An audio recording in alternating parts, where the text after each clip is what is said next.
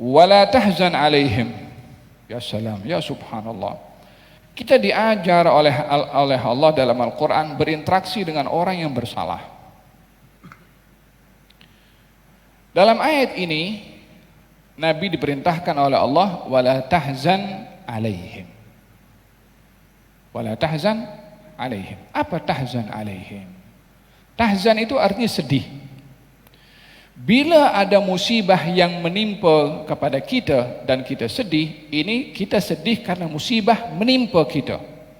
Seperti orang kita sayang meninggal dunia, atau ada yang sakit, atau kita susah, terkena musibah.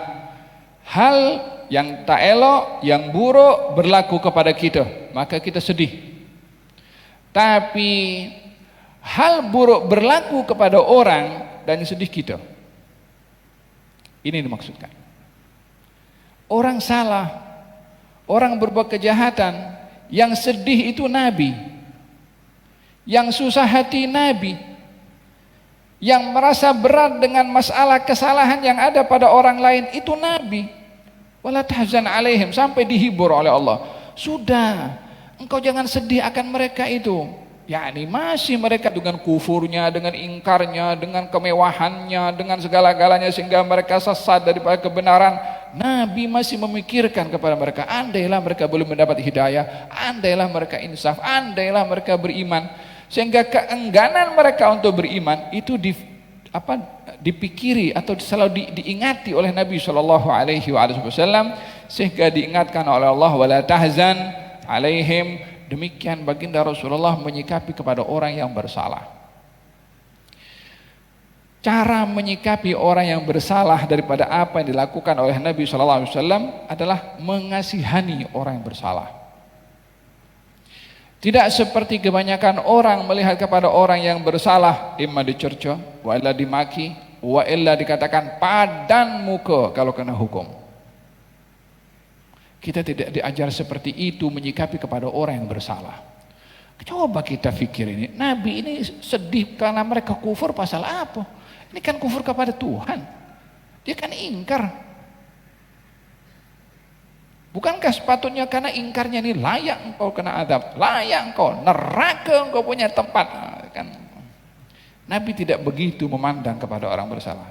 Kasihan tuh. Sampai ditegur oleh Allah, wala tahzan alaihim, kau jangan sedih pasal mereka. Bukankah dalam Quran sampai dikatakan fala'allaka bakhi'un nafsaka fala'allaka bakhi'un nafsaka ala atharihim in lam yu'minu bihadzal hadithi asafa. Engkau jangan sedih hati karena mereka tidak beriman kepada engkau. Jangan susah, jangan sampai engkau memudaratkan dirimu sendiri karena memikirkan tentang mereka. Yakni menyikapi kepada orang bersalah itu adalah mengasihani, yang pertama. Yang kedua adalah berusaha memperbetulkan yang salah.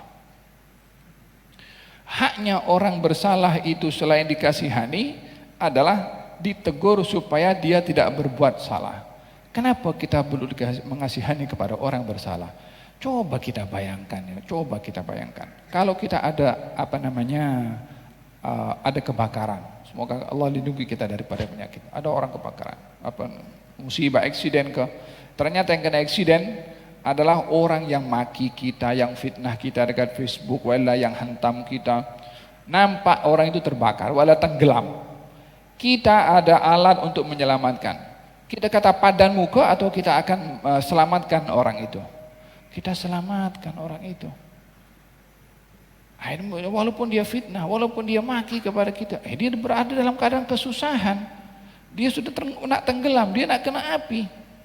Ini baru api di dunia. Macam mana api di akhirat? Apa tidak terancam orang bersalah melanggar kepada Allah itu akan diancam di akhirat nanti dengan api neraka?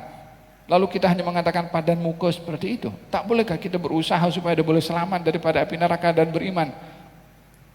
Itu surga bukan ngam-ngam cukup dengan kita aja, banyak. Bahkan kita akan terangkat darjat kalau kita menjadi sebab hidayah kepada orang lain.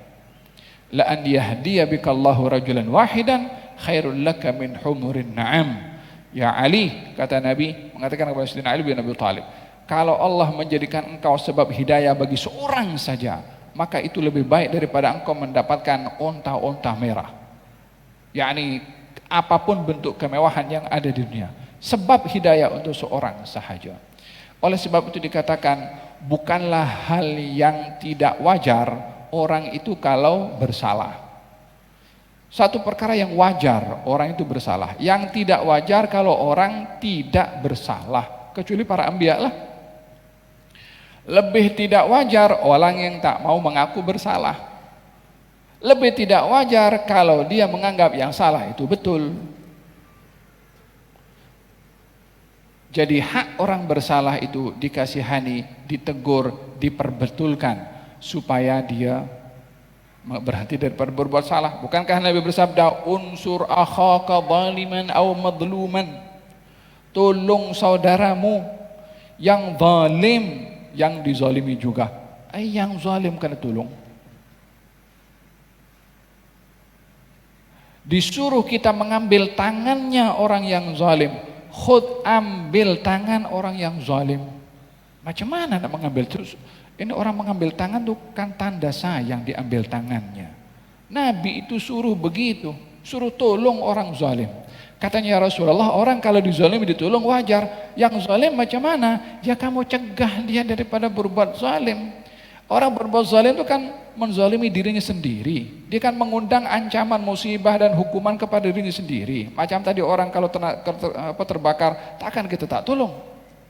Siapapun dia, hatta bukan satu agama, tapi jiwa kemanusiaan dan kasih sayang.